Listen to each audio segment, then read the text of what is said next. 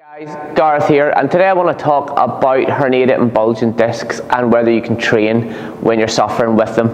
And the simple answer is yes you can. So there's a few key steps that you need to take in order to get there first. Here at Move to Perform, we don't recommend that you jump straight back into what you were doing before, as this will be too much too soon. We recommend you first of all, we'll start with some isometric holds, just to get yourself used to the bracing and muscle activation and stabilization around the spine so that you don't aggravate your injury. Right guys, so we'd recommend isometric holds as your first port of call after bulging a disc or herniating a disc.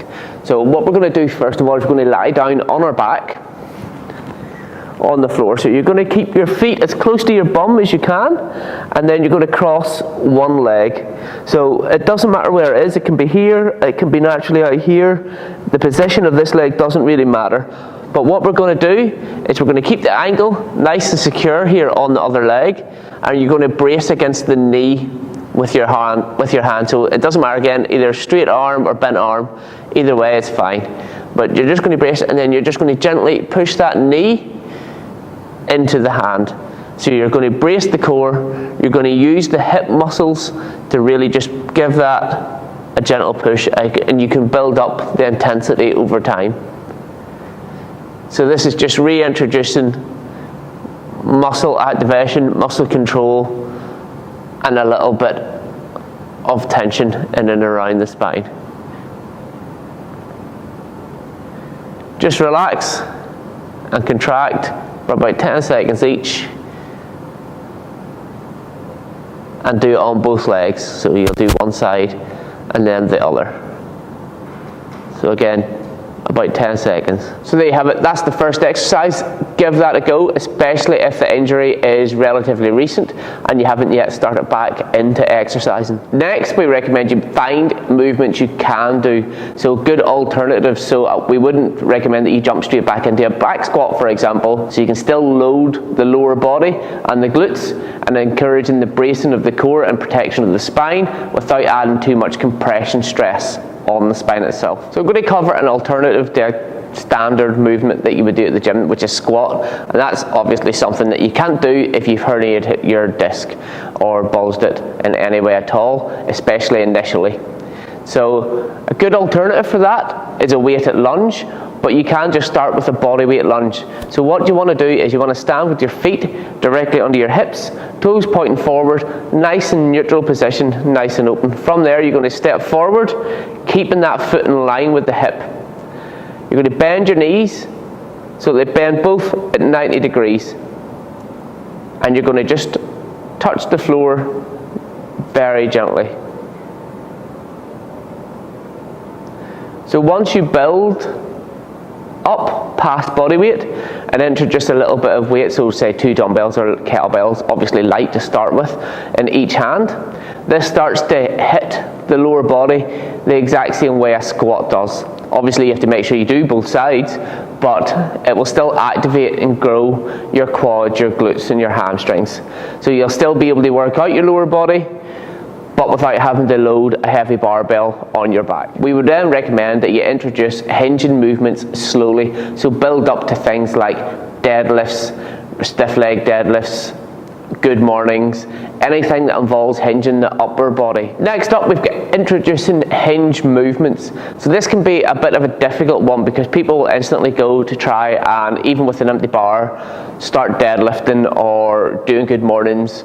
So what we like to do is take a little step back from that. So we're going to do a split leg good morning. The reason for the split leg stance is that you're not introducing a full shearing force when you forward bend.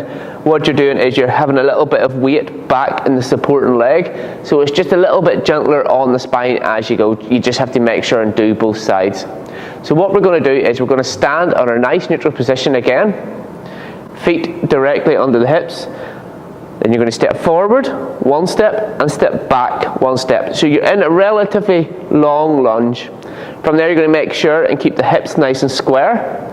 You're going to cross your hands in front of your chest or have them on your waist, whatever you prefer, and you're just going to hinge forward with a nice neutral spine and neutral head as far as you can So don't go into pain. Discomfort's fine, but don't go into pain. Just hinge forward until you feel the pull of the injury. And over time, as you're getting more comfortable, you can shorten the length of the lunge as that increases the shear force of the spine on the spine whenever you bend over. So make sure and do both legs, and that's a good alternative to going straight back into deadlifts, go straight back into good mornings, things like that. Just helps you build up that resilience. Finally, on your journey to full exercise again, we'd recommend introducing the spinal range of movement slowly. Just get used to moving the spine in all the ranges of motions that it should move in. So what we need to do here is build up the control over each section of the spine so that you can move it in the way it's supposed to move, safely, confidently, and most importantly, pain-free. So what you're going to do is a thing called spinal waves. Now these can be done standing, they can be done against a wall, they can be done lying on the floor. You know, there's loads of different variations on them, but the first one I like to introduce is on all fours.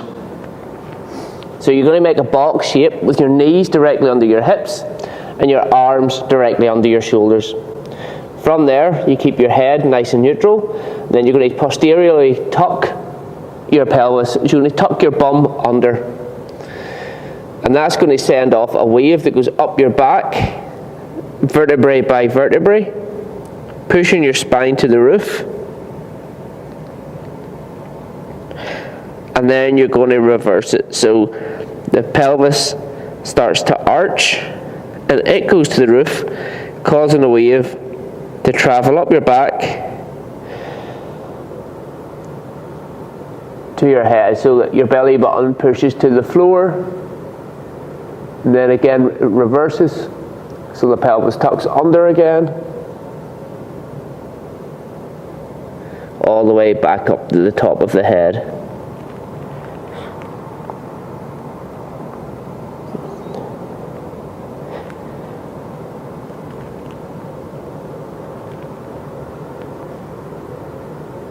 So that's the first introduction to spinal waves that we would do.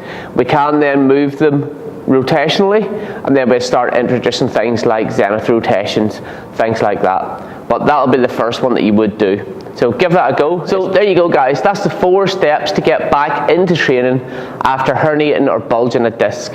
I know it's an uncomfortable process. It can take a long time, but if you approach it with the right steps and the right mindset, you'll get back into training quicker than if you just wallow. So really, it's all about getting there, getting the work started, and taking the right approach.